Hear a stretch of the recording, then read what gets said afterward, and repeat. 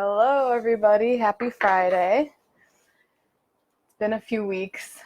I was on vacation and we had some maintenance in our building and there was no hot water, so I wasn't going to cook when I couldn't clean my hands properly. If you're joining for the first time, my name is Ashley. I write about food and recipes over at Big Flavors from a Tiny Kitchen, bigflavorstinyKitchen.com. Hi, Rob. I typically go live on Fridays. I'm changing it to 11 a.m. Eastern. It's just going to work better with the summer schedule. And let's see, a couple notes. Today's my mother-in-law's birthday. Happy birthday, Fran. And we're taking her out for dinner later. We let her choose, even though we were just on vacation and eating a ton of restaurant food, so I'm kind of burnt out on it, but at least I'm making lunch for myself today. So I am going to be showing you how to make Vietnamese fresh spring rolls with shrimp and a peanut sauce. That's one of my favorites. It's something that I'm kind of revamping the recipes on. I have a couple different recipes on my website, and I'm kind of meshing them into one epic recipe that's got my favorite parts of all the other ones in one. So a couple of ingredients that might be a little different for you. One is rice paper.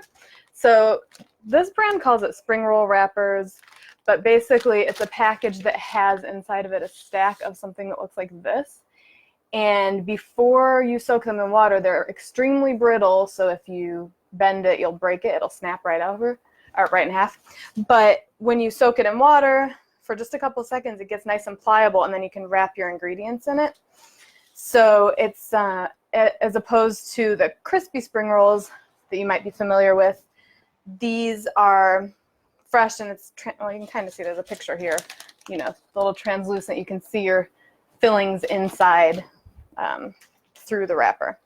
So these are a little finicky to work with. The first one usually turns out kind of wonky, but I just eat that one, and you know, the pretty ones can be for everybody else. There's a couple components. You don't have to make peanut sauce to go with them, and if you don't need any heat at all, so it's great for summer. It's supposed to be over 100 degrees here over the weekend, so I figured a no-cook pretty much thing would be good, but I do cook the peanut sauce. So you can also do, there's like a fish sauce mixture that you could do instead if you're into that. So first I'm going to bring some water to a boil because the other kind of interesting ingredient, you'll either need cellophane noodles or this one I'm using rice vermicelli noodles because I couldn't find cellophane noodles. They're also sometimes called glass noodles. I couldn't find them. They're made from, I think, mung beans, but this is, inside the package, there's a bunch of little kind of bricks like this. So for this recipe to make 8 of the spring rolls, I'm going to use 2 of these little kind of bricks, and each brand kind of has its own instructions. So just look on the package. This one says, place the noodles in a large bowl, cover with boiling water, and let stand 3 minutes only, or 2 if stir fry. So we're gonna let them stand, drain them, rinse them, and toss them with a little rice vinegar because that'll keep them nice and cool and the texture will be good. If you were gonna continue to cook them in a stir fry on the stovetop, you would cook them for a minute less so they don't turn into total mush. All right, that was a lot of information, but kind of. So I'm just gonna use, since I'm doing kind of a small amount of water, I'm just gonna use my kettle that I use for pour over to bring this up to a boil. Some noodles will have you soak them for like 15 minutes, just soaking, not with boiling water. So again, just read the directions on whichever ones you end up picking up. Okay, so that's on, and we're gonna do peanut sauce. If you guys have any questions, also let me know. All right. So we're going to put a tablespoon of peanut oil. You could use avocado oil. You could use olive oil, vegetable oil. I just usually use peanut, but I have a few friends that have peanut allergies, so I think since I don't have this labeled peanut oil and I just kind of use it all the time, I think I'm going to switch to avocado. Or I think safflower is also a good high heat one. So I'm going to do a tablespoon of this over kind of medium heat. And then I'm going to mince 1 clove of garlic.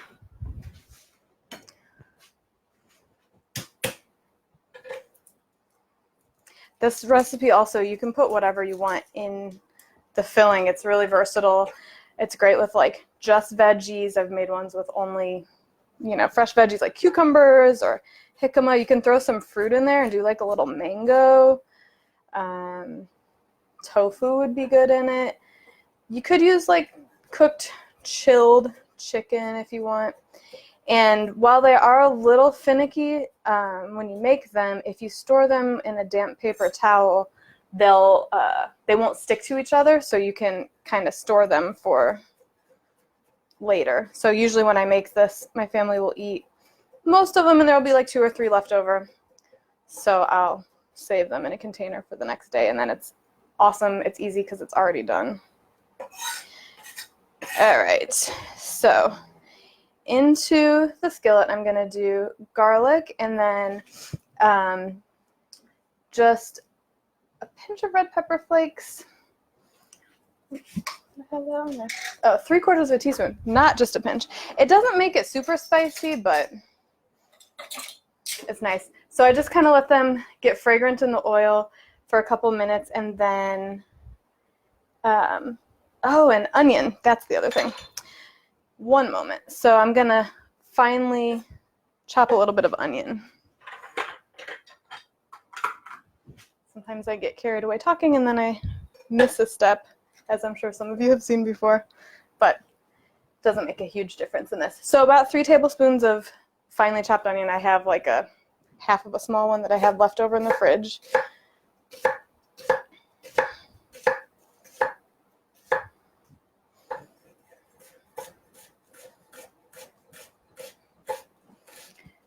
And like I said, the peanut oil's heating up over medium heat, and I'm just going to kind of let this cook until the onions start getting translucent. The sauce comes together super quickly too, so it's not like it's not something that will heat up your kitchen too terribly much. Same with the boiling water if you do it in a small one. Hi, Caroline. Let's see. Bench scraper. Oh, and I had a couple people were asking about this bench scraper with the sides. I did locate it, and it's in my Amazon shop under the Facebook live recommendations. If you go, there's a link in my profile. Shop amazon.com/shop/bigflavors, and it's in there. I like it because the stuff doesn't fall off the edges. A lot of bench scrapers don't have the edges, and then you scoop the stuff up, and in transit, you're just like, stuff's all over the floor. So I'm going to put this in the peanut oil, and then I'm going to add the red pepper flakes. This is a little too much here.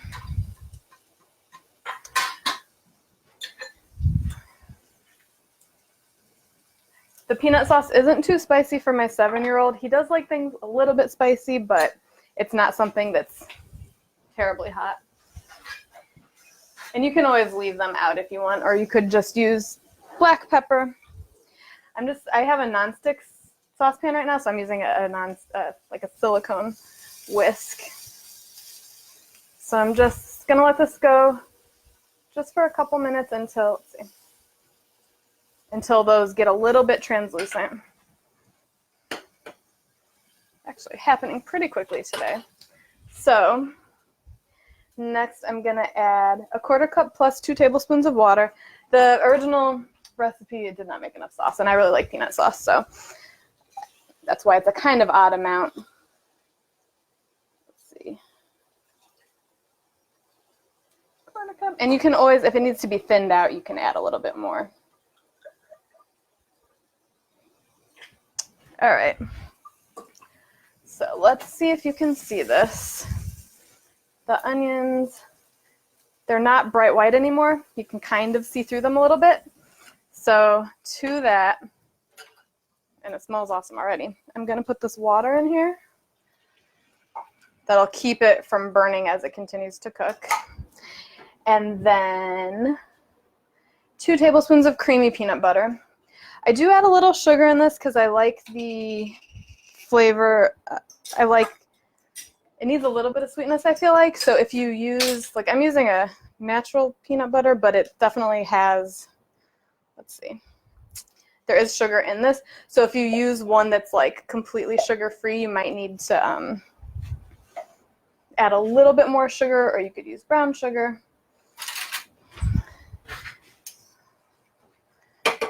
My husband makes peanut butter, so we usually have a homemade peanut butter also. Just gonna turn this heat down. Got like the last remnants of this peanut butter. Okay. I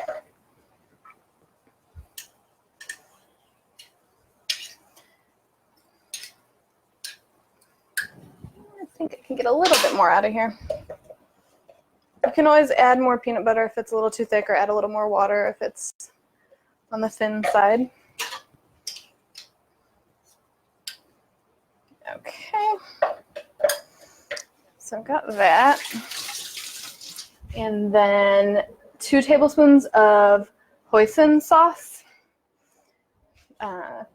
Usually comes in a jar, sometimes in a bottle. You can find it where you find soy sauce and other things like that. And this is why I like these double-sided spoons, because this one's all gunky with peanut butter, and then I can just use the other side for my hoisin. So this is what makes it kind of a darker brown color. Okay. And 2 teaspoons of tomato paste and 3/4 of a teaspoon of sugar. Get the sugar in there.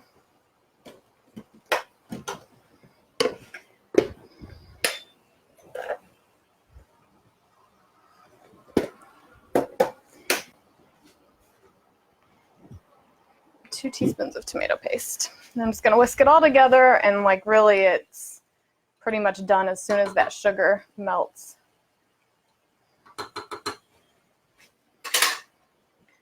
All right. Yeah, the peanut butter will soften up.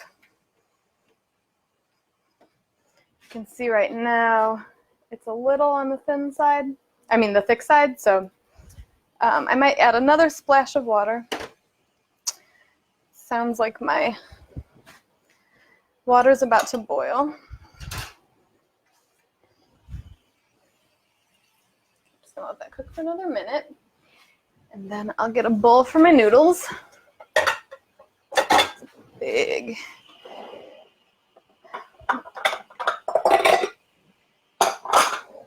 Like I said, I'm gonna use 2 of these little kind of bricks of rice noodles. Just right in a bowl. Make sure it's a bowl that can withstand boiling water.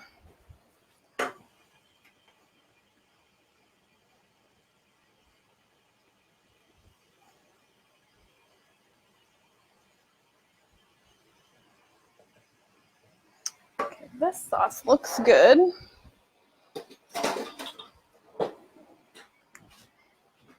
Transfer it into, I have these really cute, I found these rainbow ramekins when we were on vacation. There's a Le Creuset outlet. So it was like the whole rainbow, and they were $20 total for all 6 of them. So I think I'm going to use those because they're pretty adorable.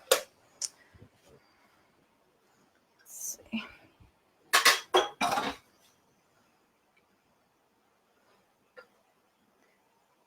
We have a tendency to break ramekins, and my husband breaks a lot of ramekins, so I've been looking for new ones, and all the ones I found at the store were really big, but these are kind of perfect. So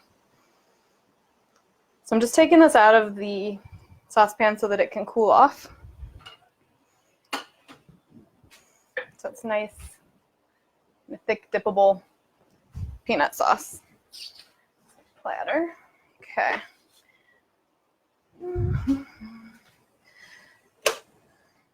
My boiling water. Just going to cover these noodles with it, and then I'll set a timer for 3 minutes.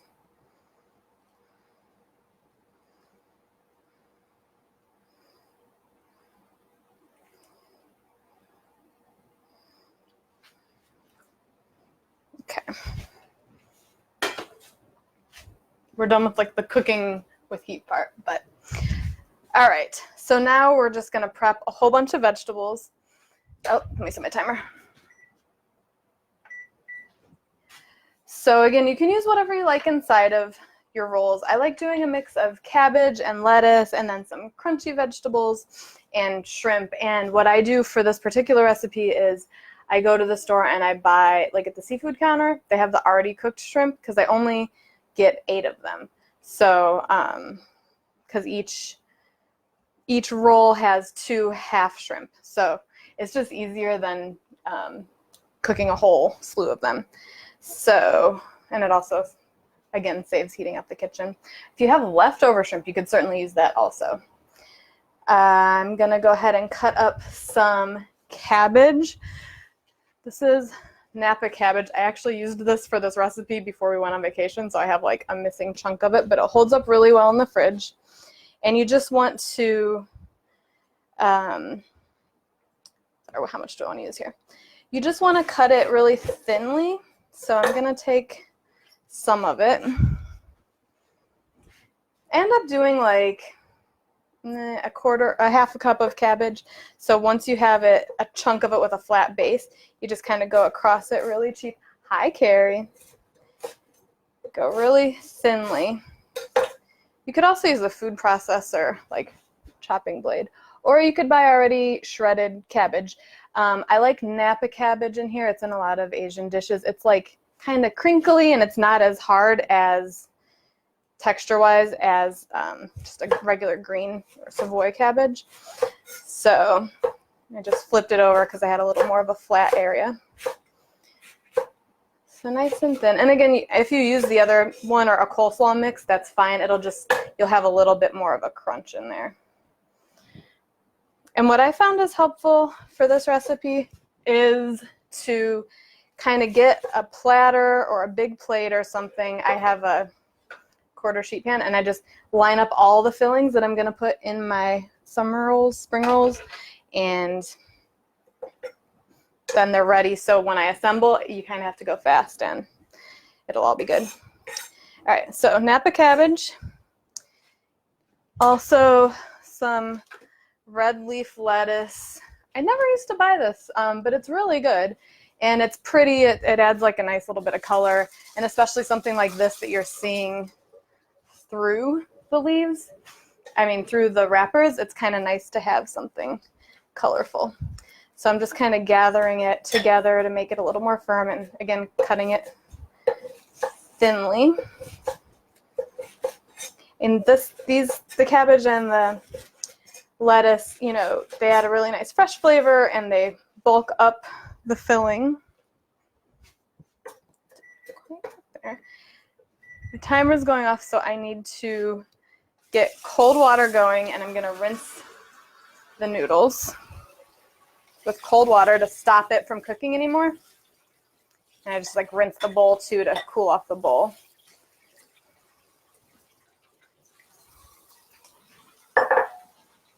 Napa cabbage is the best. It really is. It looks like a football at the store. And I never realized how different it was, but it's great. I use it in the shrimp and Napa cabbage stir fry. I'm just kind of shaking the noodles around in my strainer to make sure they're all cold. And then you just want to get the extra water off. The shrimp and Napa cabbage stir fry that I made, I think I made it on live a few weeks ago. That's a great one that uses cooked Napa cabbage because I feel like often it's used raw or fermented in kimchi. Also delicious. And if you guys haven't seen one of these, it's a strainer and it's got these little arms so it fits over whatever size sink you have. I love it. I have one of the regular bowl strainers, but I don't really use it that often anymore. I'm going to add a tablespoon of seasoned rice vinegar to the top of this and just stir it around. So usually you'll see unseasoned or seasoned, and most things like breadcrumbs I'll buy unseasoned, but because you can always add your own seasonings. But for vinegar, especially rice vinegar, the seasoned kind is great for making sushi rice or seasoning up noodles like this. So just kind of like work it around a little bit to distribute the vinegar. And then these are also ready. Got a lot going on this little counter. I find a lot of like Vietnamese, Chinese dishes call for a lot of ingredients, kind of can make your kitchen a bit of a mess, but once you have everything prepped, it's very easy. And you could totally like cut up your veggies ahead of time, have everything kind of on deck, and then make them later. All right, so we've got cabbage, red leaf lettuce, some herbs. I grabbed these from my garden. This is mint and then Thai basil. They wilted a little because it's really hot here and I picked them a little bit ago. But Thai basil is kind of like a mix between regular basil and mint. It's in a lot of Vietnamese dishes. The stems are kind of purpley. If you can't find Thai basil, just use regular basil. It's totally fine. And I'm also going to use cilantro, which I have not yet planted in my garden, so I bought some. About a 1/4 cup of each.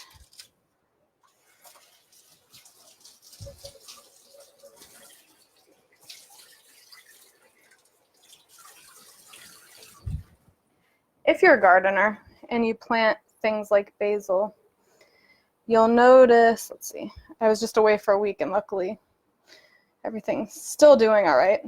At the tops, as they grow, they'll get these little kind of stalks with these little spiny things that come out and little flowers. Like you can see there's little buds, they're gonna form flowers that bloom. If you see the flowers bloomed, you should pick them off. If you're not going to use them right away, you can sprinkle the flowers on whatever you want and eat them, but pulling the flowers off keeps them producing the leaves of the actual herb. So if you let them go for too long with the flowers, it'll go to seed and it won't produce any more herbs for you. At least that's in my experience. So I'm just going to do about a 1/4 cup of each.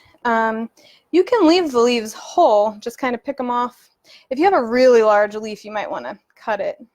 But so I'm just going to put little piles of each herb leaf next to my lettuce and my cabbage. Do you guys have favorite no-cook meals? Or low cook or non-oven required or make ahead? What type of things do you do in the summer? Because it can be brutal with the heat. Like we have air conditioning, but it's those wall units and it doesn't really reach the kitchen, so it's warm often in my kitchen in the summer. Or I do a lot of like sheet pan kind of quick cooking things. Mint. A couple stems aren't going to hurt anybody, but having the leaves pulled off is nice. Cilantro.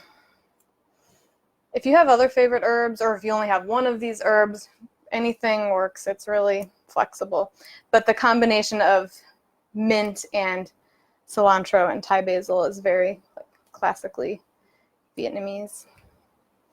If you're in the New York, Westchester, Nyack area, Rockland County, there's my favorite Vietnamese place is called Vietnam Kitchen. It's in Pearl River, I think. It's over the bridge from me, but it's well worth the drive. And I joke that I ate so much Vietnamese food there when I was pregnant that my son was gonna like Vietnamese food no matter what. Like I knew he was gonna have an affinity for it. All right. So let's move this to the side. So right now we've got, I do about like a 1/4 cup of each herb. Napa cabbage, red leaf lettuce, cilantro, mint, Thai basil. Thai basil can be a little more licoricey, so if you're not into licorice flavor, which I didn't used to be, you might want to use regular basil. I'm gonna shred a carrot. Cucumbers would be really nice, like matchsticks, really, really thin, or really, really super thinly cut wedges. Did I grab a green onion? I'm gonna put a green onion in there too. I think I forgot one. One moment.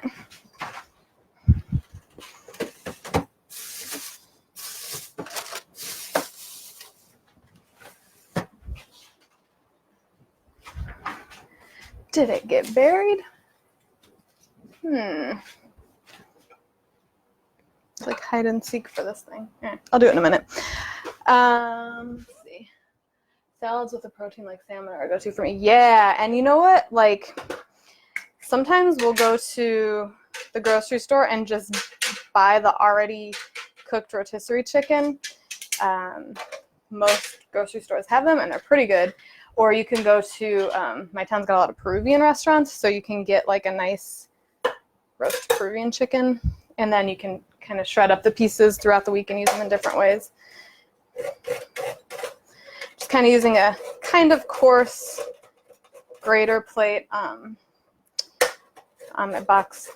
Is it still called a box grater if it's horizontal? Because I have the stand-up kind too.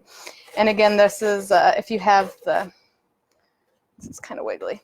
If you have the grating plate attachment on your food processor, this happens really easily. You just pop it down the feed chute and it buzzes right through. I know my sister-in-law has been making a lot of sheet pan and skillet meals lately just because it's easier to have it done, and slow cooker meals.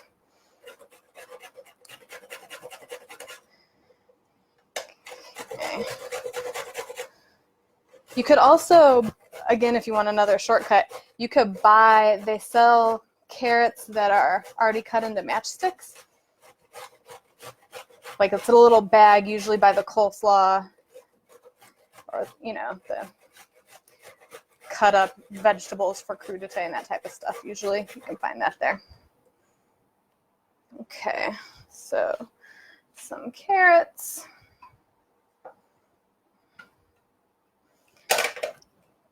Don't know. I'm seriously baffled by this green onion. I'm gonna grab a different one and maybe.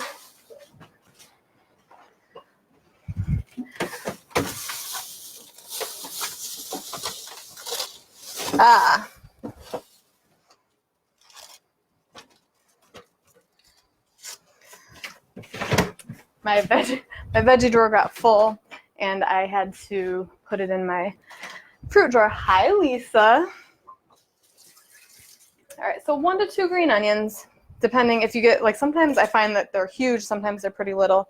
I like to just kind of thinly slice on a bias. And if you cut them in half and kind of line them up, you can cut them twice as fast because you're not going the full length. Lisa, does your family have any, spring rolls sound wonderful. Yeah. Does your family have any favorite low cook or no cook or easy summer meals that don't involve a ton of kitchen time? Oh, bean sprouts would be really good in here. I've seen some that are like sweet ones that are just like mixed different types of fruit. It's kind of fun. All right, so green onions. Let me make sure. I'm going to chop up a couple peanuts just for garnish. You totally don't need them, but it's kind of nice.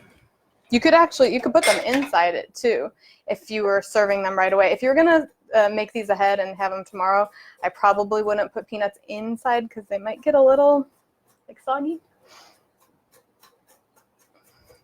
All right. Let's put these in here. Okay, and now the last thing is the shrimp. I've left them in the fridge because again it's hot and I don't want them to start warming up too much. So I got extra large shrimp. They were already cooked. The tails are on them, so you just have to kind of pinch and pull and it'll come right out. And what I do, I bought 8 shrimp because there's 8 spring rolls. What I do is I run the knife right along where they take the vein out. There's a kind of a groove here. So just really carefully hold the shrimp flat and just slice right through. If you don't feel confident doing that, you can just cut them in half like any way you want. Or you can leave them whole, get smaller shrimp and leave them whole. But so it started out like that, and then I just did that. So when we form the rolls, I'm going to put them pink side down so that when the roll's done, the pretty side is up, because otherwise it's not super pretty. But all right, so I'm just going to slice all of these in half.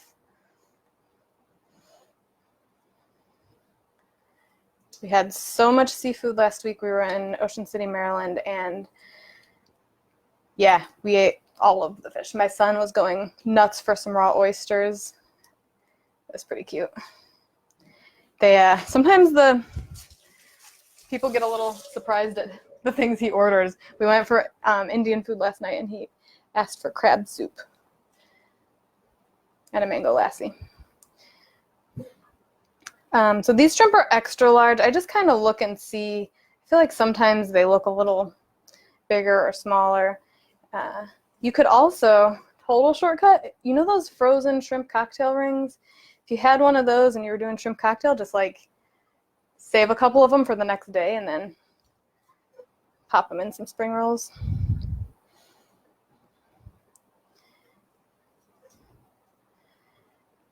I think jicama, like really,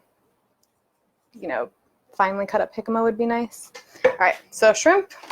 So I've got everything on this board: cabbage, lettuce, cilantro, mint, Thai basil, carrots, green onions, and shrimp.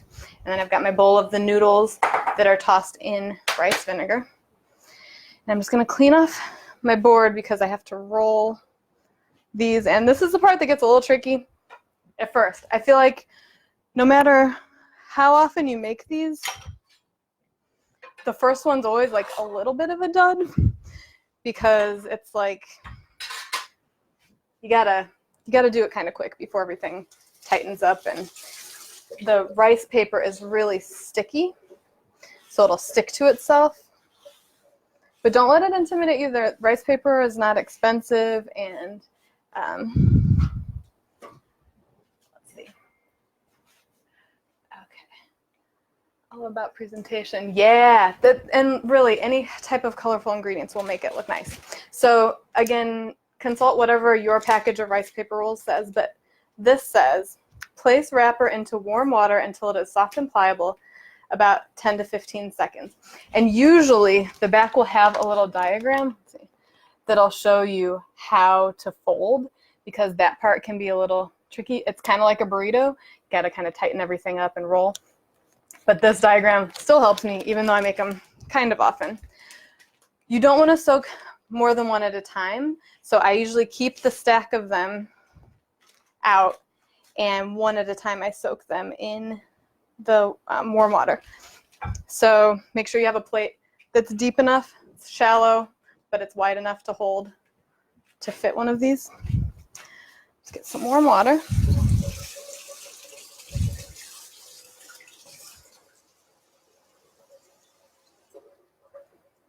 Okay, I'm gonna do the first one. I'm gonna soak up here so you can kind of see what happens to it, and then I'm gonna move to doing it over here and assembling on the board. Let me just make sure. Yeah, we're just gonna put everything in there. Okay, so you take this, brittle, really like crinkly right now, and then slowly kind of put it into the water, and I like to press down so that it fully covers. And you'll be able to feel, after a couple seconds, it'll start to soften. And right now it's completely translucent. Like it looks like I just have the bowl here. So a couple more seconds. You can always like pick it up and see like it's starting to be pliable, but it could be a little bit softer. Okay.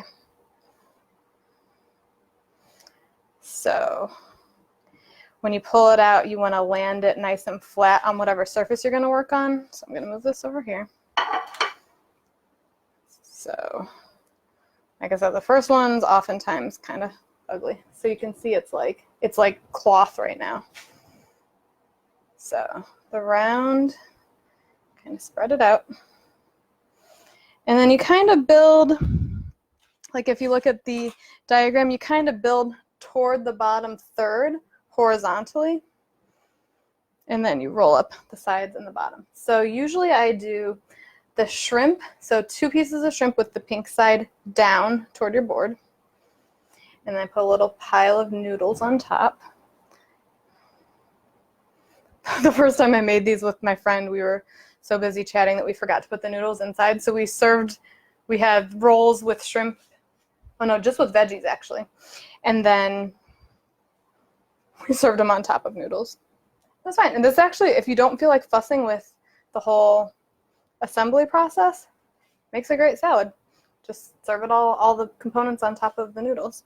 So I'm just sprinkling a little bit of everything in here. The mint, the lettuce, the cabbage, cilantro, carrots, green onions. Now, you can't see, it's hard to see because it's translucent, but the halfway point is kind of right where I stopped my ingredients. So I'm going to see, which way do I want to go first? We'll try this one bottom up, over, and then you got to peel kind of gently because it'll stick to your board. So then you get the side and cover it, and it'll stick to itself, so it forms a nice seal. And then before I fold that the third side, I kind of scooch all the ingredients down again to kind of compress them. And okay, so we have kind of like an envelope situation. And then gonna kind of push down and roll up. It's like a burrito, but just go slow so that you don't rip anything. And if you do, I mean, it's fine. It'll go back together. This may be the first time I've made my first one kind of pretty. That's it. So you can see all that goodness inside of there. You could do a different order of the ingredients if you wanted to see something else under the shrimp, but that's it. Let me move this. Okay, so I'm just gonna start arranging them on a platter. If they touch each other on the platter, they'll stick, so you might want to give them a little bit of space. You could also cover them with a damp paper towel, and that'll help also. So again, putting this into the warm water. And sometimes after I do about half of them, I'll get some fresh water that's a little more warm, because you lose a little bit of the liquid, and also, thank you. I'm glad you think it looks good. And sometimes like the heat helps make it pliable, but you're not using like hot water. But when it's warm, it'll soften up a little bit faster. Okay, so like right now, I don't know if you can tell, it's flexible, but it still kind of crinkles. I think that's the best way to figure out when it's no longer crinkly, but it's not completely falling apart, like feels crinkly. Okay, got another round. So this time, I'm gonna experiment this. I'm gonna put the 2 shrimp pink side down. Well, it's 1 shrimp, it's 2 shrimp halves. Then I'm gonna do the herbs next.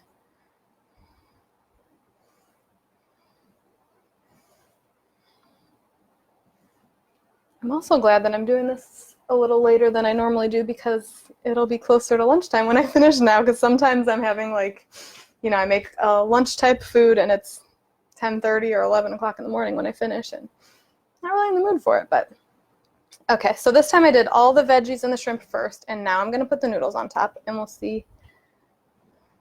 You don't want to overstuff it. You can also, if these are like annoying to you, you can, do I still have them out? You can just take some kitchen scissors and just like snip them. Okay, so carefully grab that bottom round, fold it up, fold this over, fold this side over, and I see a little tear, but it's fine. Kind of scrunch everything down. Ooh, I think this looks prettier. Okay.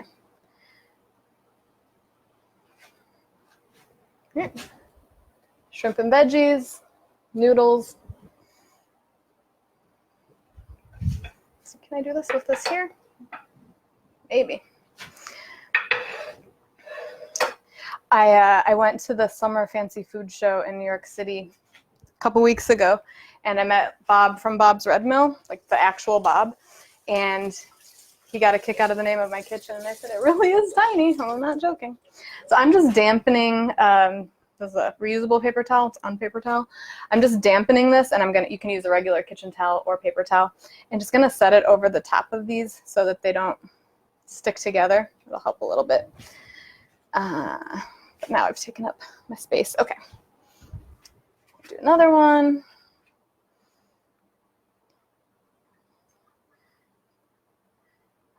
So I find that this makes about 2 of them is great for lunch. So I'd say it serves 4. If you're doing it as an appetizer and you want to have 1 per person, it's easy to scale it up too, because Napa cabbage it's a large vegetable. Is a lettuce technically a vegetable? Leafy green, yeah. And so you can make as many or as few as you want. Get my round here. So this is really, I hope I've shown you that it's a lot easier than it seems like it would be, because I know they look like they must be a ton of work, but they're really, once you get the hang of it, and after you roll a couple, usually it goes a little smoother if you struggle at the beginning. Does anybody else have any questions? I'll get this post updated soon so you can have this exact recipe. But oh, I almost forgot the noodles. You don't have to do noodles if you're doing low carb, and you just want to do veggies. I'll check in a second here and see how many carbs 1 rice paper wrapper has. I feel like it can't be too many because it's so thin, but I'll check. It might vary by brand, but I feel like it'd be pretty minimal. So there you go. And they're best served room temperature or cold, especially with the shrimp in there. So like I might take this platter and just pop it in the fridge until lunchtime. Totally making these good. Let me know what you think, please. Okay, so rice paper wrappers. In 2 wrappers, 14 grams of carbs. Okay. So 7 grams of carbs per 1 wrapper. I have a couple friends who are doing keto right now. So I don't know. You could totally, like I said, you could just make a salad of this. You don't have to do the noodles, or you could use, you could shred, like just do like a big salad and then sprinkle with the seasoned rice vinegar and maybe some sprouts. I don't know if sprouts have many carbs. My husband used to do keto, so I was kind of up on all the regulations of that, but I'm a little behind on it now. And you can also, you don't have to just do, this is taking a little longer now that the water's cooler. You don't have to just do Asian ingredients in these. You could really do anything. You could, like, I don't know, make tuna salad. I've never tried this. I don't know if it would be good. But you could just take like tuna salad, put it across that bottom third, roll it up. It's like nice and portable and handheld for like picnics. We do a lot more picnics in the summer. Oh, and this, I'll share it here too, just in case this is something of interest to you.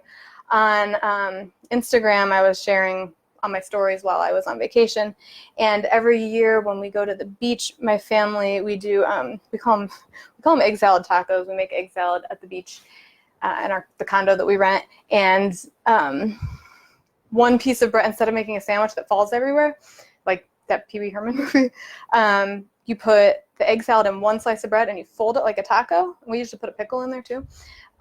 Really, really good, and then your bread doesn't get soggy. You're not spilling eggs too much, and it's delicious. It's a tradition. And I got so many comments on that story that people were like, oh my God, that's an amazing idea. And like, I mean, I thought it was a good idea because I came up with it years ago, but I didn't think it was like earth-shattering. But so that's all there is to it. Hi, Sandy. That's all there is to it. Like I said, if you keep like a damp towel, it'll keep them nice and, sorry for using the word if you don't like it, moist on top. And if you store them, so let me show you.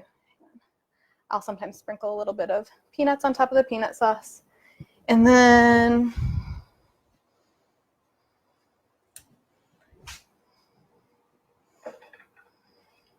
something like that. Nice platter.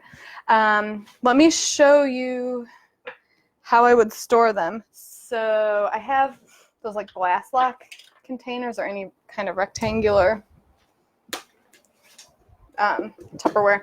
I think plastic, I think it might stick a little annoyingly to plastic, so I would probably not use plastic. Or if you do, line it with a damp paper towel. Well, no, we're gonna do that anyway, so I think it'll be fine. So put this damp towel in here, paper or otherwise.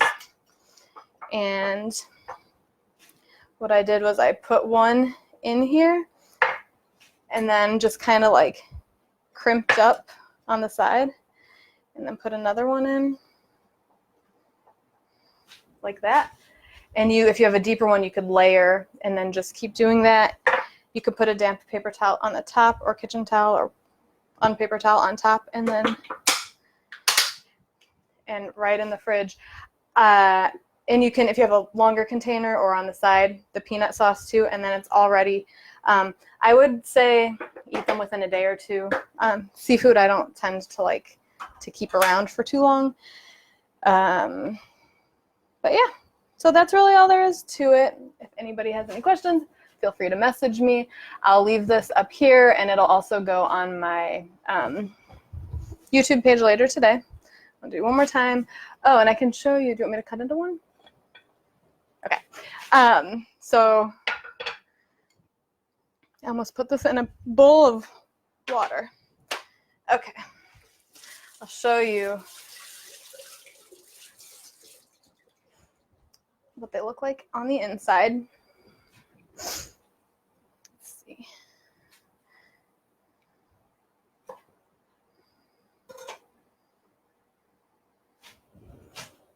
It's just full of all that goodness. And dip it in the peanut sauce.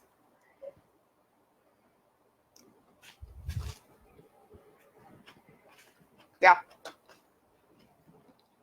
So good. If you, excuse me, if you make this, share it on social media. I'd love to see it. You can tag me at Big Flavors. If it's on Twitter, it's at Big Flavors Blog. And use hashtag Cook with Flavors. And I will see you guys next Friday. Bye.